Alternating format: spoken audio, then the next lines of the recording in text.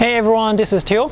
This is the artist review of the Samsung Galaxy Tab S8 Ultra. So I've been using this tablet for a few weeks now, and today I have brought it out for sketching. I'm actually here at the Kampong Glam area in Singapore where the Sultan Mosque is, and around this area there are many beautiful shop houses for me to draw. This video is going to be a bit long, so if you want to save some time, you can check out the text review that I have already written. The link is in the video description below. Before I show you my sketching spot, let's take a look at the items included in the box. So my tablet was purchased at the Samsung store during the pre-order period, and it comes with a Samsung T5 SSD with 500 gigs of storage. The other pre-order goodie I received is the Samsung Book Cover keyboard, which has these two parts. This is the stand, which attaches magnetically to the back of the tablet. So there is this part here where you can fold out to prop up the tablet. There is also this flap here with housing to protect the S Pen, which is attached magnetically to the back. And this is the keyboard. I have already reviewed the keyboard case in a separate video in greater detail. So if you want to check out that review, the link is in the video description below. The bottom line for this is a beautiful keyboard case with good build quality. The typing experience is fantastic. The keys have good travel and they have backlight. The official retail price for this is US $349. If you are going to buy this separately, it's not worth the money because it's just way too pricey. It's overpriced. However, if it's included as a bundle, this is a pretty good deal. The pre-order goodies will vary depending on your country. So these are the only items included in the box besides the tablet, the SIM ejection tool. This is a rather long USB-C to C cable. This is for charging only. This cable does not transmit video, unfortunately. And this is the Samsung S Pen. Design of the Samsung S Pen is almost cylindrical, except for this flat side here, which is used to attach to the back of the tablet for charging. Yes, there is a battery inside the S Pen, which is used for Bluetooth features such as the air gestures. You can still draw with the pen even if there is no battery life in it. There is one side button here with very limited customization. There is no eraser at the back. The size is just right for me. It's lightweight, has solid build quality, it's comfortable to hold with its matte textured surface. The pen supports palm rejection and it works quite well, so you can rest your palm on the display while you draw and it will not introduce any stray strokes. Depending on the app you use, sometimes you can go into the settings to turn on strict palm rejection, which makes the app accept only pen input for drawing. So for example, now if I want to draw with my finger, I won't be able to do so. I can only pan around this canvas. This app, by the way, is Concepts. When I want to draw, I use the pen and it works. The pen supports pressure sensitivity as well as tilt sensitivity. This pen is accurate and very sensitive with minimal initial activation force. So as long as the pen tip is touching the surface, even if you don't apply any pressure, you can get a thin line very easily.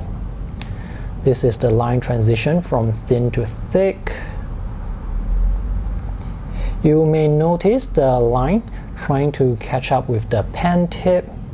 So Samsung actually advertised the latency as 2.8 milliseconds. However, that 2.8 millisecond latency only applies to selected apps, for example, Samsung Notes. With most of the drawing apps that I've tested, such as Medibank that you see here, Clip Studio, Concepts, they will all have latency. Personally, this doesn't really bother me because when I am drawing, I usually don't draw long, sweeping or wavy lines. There is no problem with diagonal line jitter. So diagonal lines which are drawn very slowly appear to be very straight. Lines can taper quite nicely, and it's easy to maintain consistent pressure to draw lines with consistent width. One thing that's important, which is not included in the box, is a charger. So perhaps it's time to invest in a good charger. I recommend you buy gallium nitride chargers, GaN chargers with multi-ports that can be used for charging laptops, tablets and phones. The tablet supports 45 watt charging, so if you want to charge at maximum speed, just get a charger that has power delivery up to 45 watts. So this is a massive tablet, and this is how big the tablet is compared to the included S Pen, and how big it is compared to my phone. I can probably put 4 phones on top of the display. So this 14.6 inch display is going to give you a lot of surface area to work with when you are drawing.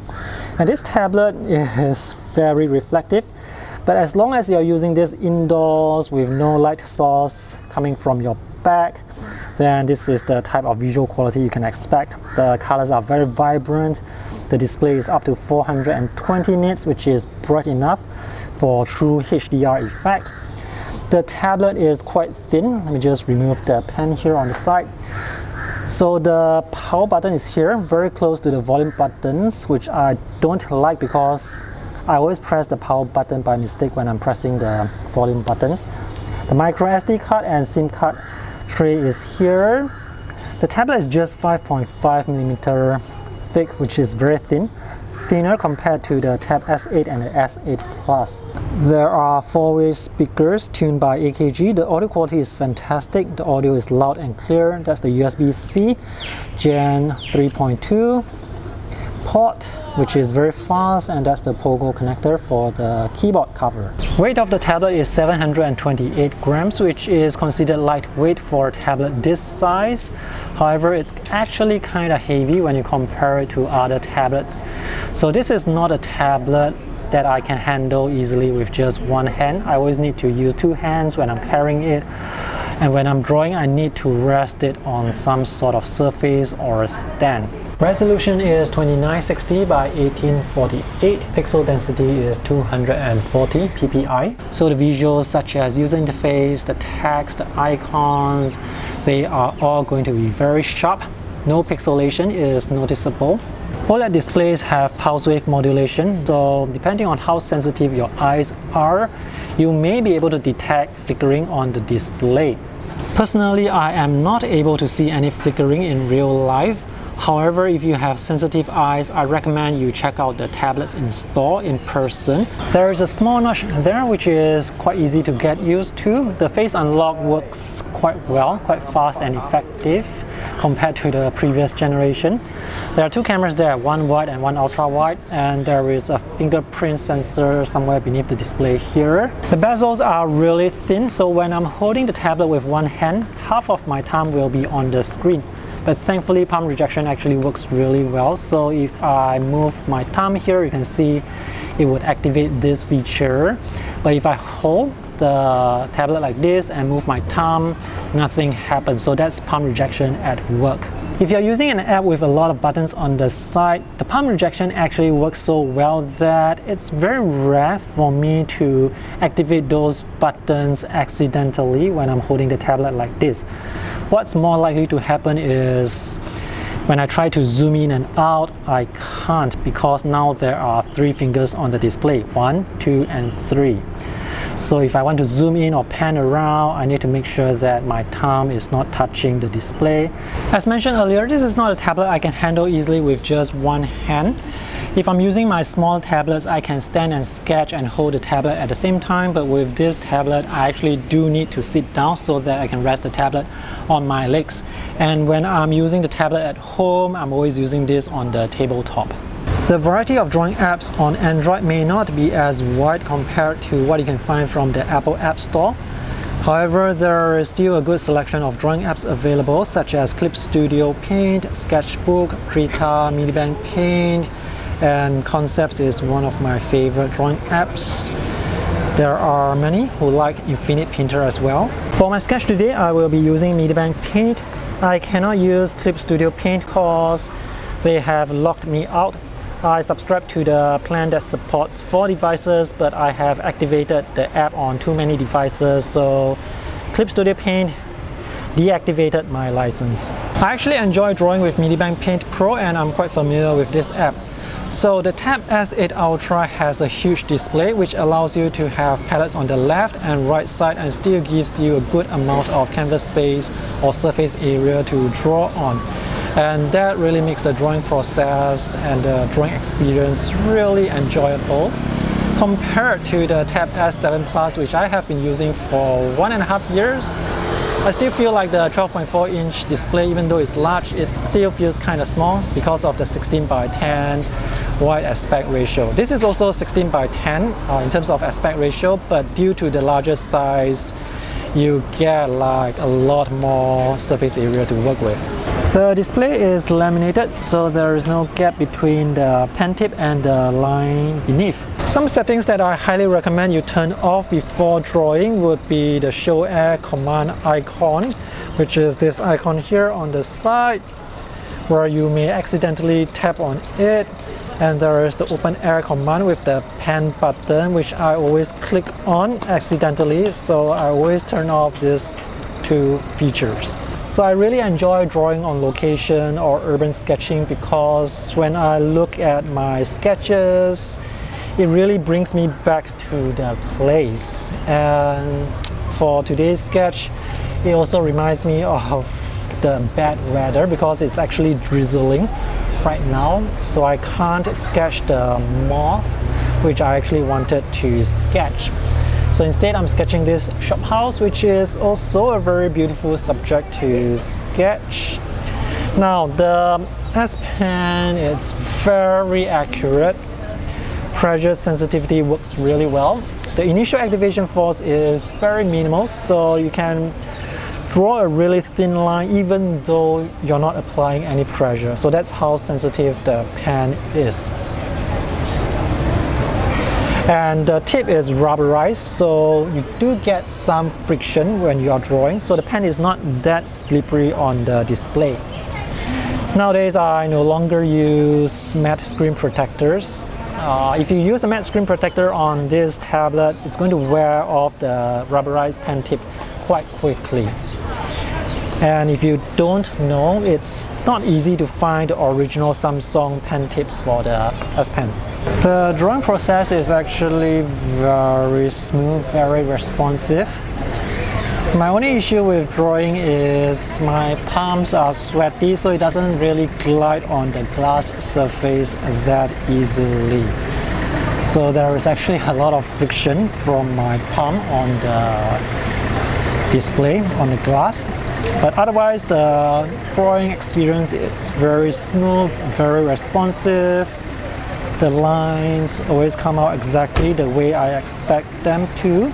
The pen is great at detecting changes when you are drawing with minimal pressure, which is great because this allows you to taper the lines really smoothly and sharply, so you can get very beautiful tapered strokes, which is very important when you are drawing comics. For example, if you are drawing strands of hair, when you're drawing grass, you need those lines to taper nicely, beautifully. So this is definitely a tablet I can recommend for professional comic artists. So I'm actually using the tablet under bright conditions right now, and the brightness is at the maximum. The brightness is definitely bright enough for use outdoors, but not when there are reflections on the display. So how is the iPad compared to the Samsung Tab S8 Ultra? In terms of drawing performance, I would say both tablets are equally matched.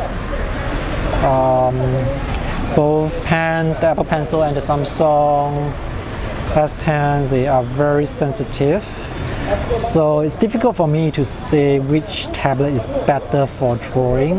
It's more accurate for me to say that the tablets are going to give you a different experience when you are drawing. Regardless of which tablet you get, I am very sure that you will be very satisfied with the drawing performance. The main advantage of the iPad is there are a lot more graphic design apps available from the Apple App Store. such as Adobe Photoshop, Affinity Photo, Affinity Designer, Adobe Illustrator, vector apps such as Vectornator, Illustrator. So from the Google Play Store, many of these graphic design apps are not as full-featured compared to those you can find on the from the Apple App Store.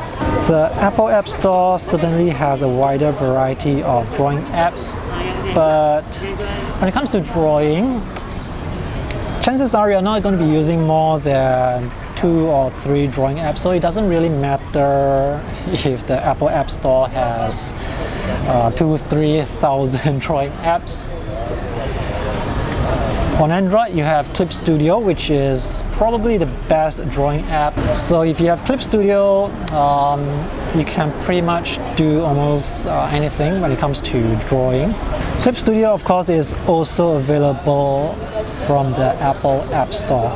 The Samsung tablet is available with 8, 12, and 16 gigs of RAM and 128 gigs, 256 gigs and 512 gigs of storage.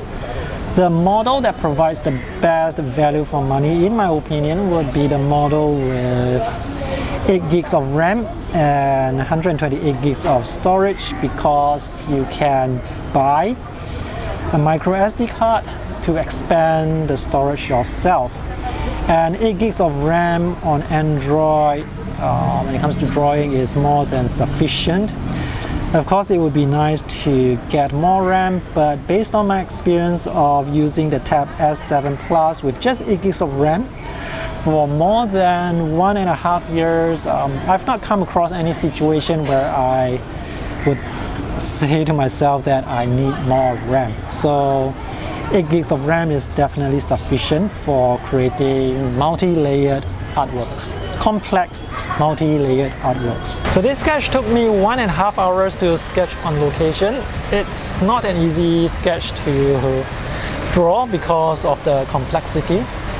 So now I'm back indoors. Sorry about the noise earlier. I didn't realize it was going to be that noisy. So when you are using the tablet indoors for drawing, this is not going to produce much heat or any heat. But if you are drawing with this at maximum brightness, especially when you're outdoors, this can get quite warm. Warm as in the type of temperature you can expect when you're charging the tablet. How long the battery life can last will depend on what you do. Based on my experience, when I am sketching outdoors with maximum brightness, the battery can last up to 6 hours. And if I'm drawing indoors with auto brightness, battery can last up to 8 hours. Let's talk about SamsungDex and external monitor support. So SamsungDex is a feature that I really like. SamsungDex basically provides you with this computer desktop user interface, where you can have floating windows that you can move around or resize, just like how you can move and resize windows on Microsoft Windows and Mac OS. There's also the taskbar at the bottom. You can use SamsungDex on an external monitor, which is what I'm doing right now, or you can use SamsungDex on the tablet itself. If your external monitor has touch screen, you can use the touch screen to move the windows around or resize them. Right now, there are some limitations to SamsungDex external monitor support. The first is the resolution is limited to 1080p, so on this monitor I can actually see some pixelation. The other limitation is there is no extended desktop support. So this is running SamsungDex and this is actually in the Android tablet mode. I am not able to drag this window from this display to the tablet. By the way, you can resize windows very easily by just dragging the window to the edge, and it would actually resize itself to half the display. So you can use this to resize windows very quickly. And this is Samsung's second screen, which allows you to use the Samsung tablet as an external display to our Windows computer. And this is the Microsoft Surface Pro 8, which I have already connected to the Samsung tablet. So this is extended display mode, which means I can actually drag this window and move it over to the Samsung tablet. The connection is wireless, and because you are using Windows, you can actually drag software like Photoshop onto the Samsung tablet and use Photoshop here, and you still get pressure sensitivity. Finger gestures are supported as well, depending on the software you use. Latency is actually not too bad. There is slightly more lag compared to drawing on Android tablets, but this is still very usable. I guess you may notice latency if you are looking for it specifically. For example, when I'm drawing this, I don't really think about the latency. The lines, they appear quite quickly. So latency definitely is not a problem for me when it comes to drawing. There are limitations to Samsung's second screen as well. The first limitation is, while the visuals may look sharp, they are not as sharp compared to what you can see on your laptop or a proper computer monitor. The second limitation is there is increased latency, as you have seen earlier. And the third limitation is, right now, this Windows desktop that you see is actually 16:9. However, the tablet is 16:10.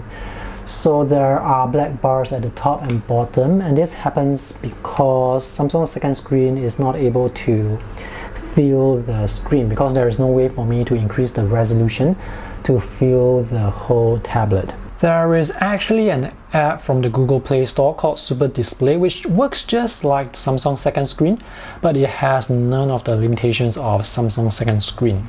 This is not free, but it's worth the money. Alright, to conclude, this is a tablet I can recommend very easily to artists. The overall drawing experience is fantastic due to this massive display that you can draw on. It is a pricey tablet, but if you have the budget, I'm very certain you will be very satisfied with your purchase. There are of course some downsides. I guess the most important thing to note is it has PWM. So if your eyes are very sensitive, that could actually affect you. And the weight of the tablet is something you have to get used to because it is quite heavy. The tablet alone is 728 grams. If you add a case, it's going to be even heavier. So that's it for my artist review. If you guys have any questions, let me know in the comment section below. I hope this video is useful. Do subscribe to my YouTube channel for more artist reviews. Thanks for watching. See you in the next video. Bye.